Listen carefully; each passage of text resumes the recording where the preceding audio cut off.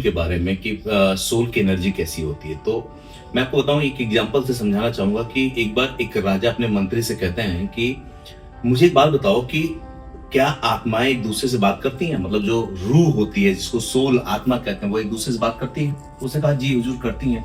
बोला साबित कर दो, वरना मैं तुमको सूली पे लटका दूंगा। उसने बोला बिल्कुल ठीक है, कल ये बात साबित कर दूंगा, लेकिन उसके लिए आपको मेरे साथ चलना होगा और किसी को ये ना पता चले कि आप राजा हो। आपको बातें अच्छी लगे या बुरी लगे, उसको आपको वैसे ही स्वीकार करना होगा।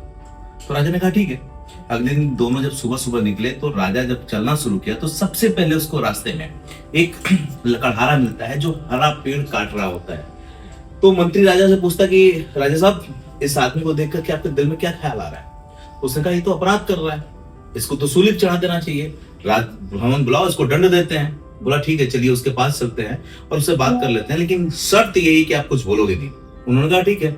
जब वहां गए तो लकड़हारा से मंत्री ने पूछा कि आपको पता था कि एक राजा थे और आपके राज्य के? तो उसने कहा थे, मतलब चला गया वो?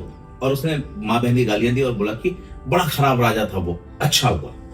राजा सुन करके भन्ना गए, लेकिन उन्होंने मंत्री से वादा किया था कि वो कुछ नहीं कहेंगे। अब इसके बाद क्या होता है कि चलो ठीक है राजा साहब आगे चलते हैं। जब राजा साहब आगे गए तो एक बहुत ही बूढ़ी महिला, जो मतलब अपनी स्थितियों से लड़ रही थी, 90-95 साल की थी, घास काट करके अपना गुजारा करती थी अपने जानवरों को खिला करके। तो मंत्री ने राजा से पूछा कि अब इनको देख करके आपको क्या ख्याल आ रहा है? तो राजा ने कहा कि अरे ये तो बड़ी बुजुर्ग है, इसको महल में बुलाओ, इसको कुछ देते हैं हम लोग, इसका जीवन आराम से चले, हमारे राज्य की महिला है, इसके साथ ऐसा नहीं होना चाहिए। अब हुआ क्या कि इन्होंने कहा चलो उससे भी बात कर लेते हैं। ये लोग जब उसके पास पहुंचे तो पता है क्या हुआ? इन्होंने पूछा, मंत्री जी ने उस महिला से कि आपको माता जी पता है कि इस राज्य के जो राजा थे, बस उन्होंने थे बोला था, उसने बोला थे मतलब वो क्या चले गए दुनिया से? और अलाप मतलब वो अपने दहाड़े मार के रोने लगी कि अरे भगवान तू तो बड़ा निर्दयी है, इतना अच्छा राजा था, उसके राज्य में हम लोग फल फूट रहे थे, तुमने उसको उठा लिया, ये वो। और फिर मंत्री ने उनको समझाया और आगे बढ़ गए। तो राजा से मंत्री ने बोला कि सर आपको पता चला कि सोल कैसे किससे बात करती है, क्या प्लस और क्या माइनस होता है? राजा से कहा कि जब आपकी आत्मा उस व्यक्ति के बारे में जो सोच रही थी, वही उसकी आत्मा आपके बारे में सोच रही थी। आपने जब उस बुजुर्ग महिला के बारे में सोचा अच्छी चीजें, तो बुजुर्ग महिला आपके बारे में भी अच्छा सोच रही थी। होता क्या है, एक फ्रीक्वेंसी होती है जिसपे हम ये सारी चीजें करते हैं। आप जब अपने गाड़ी का रेडियो ऑन करते हो वो बज पड़ता है, मोबाइल को ऑन करते हो बज पड़ता है, कोई कॉल आती है वो मोबाइल से बात कर लेते हो, लेकिन क्या कभी आपने उस फ्रीक्वेंसी को देखा है किसी भी फॉर्म में?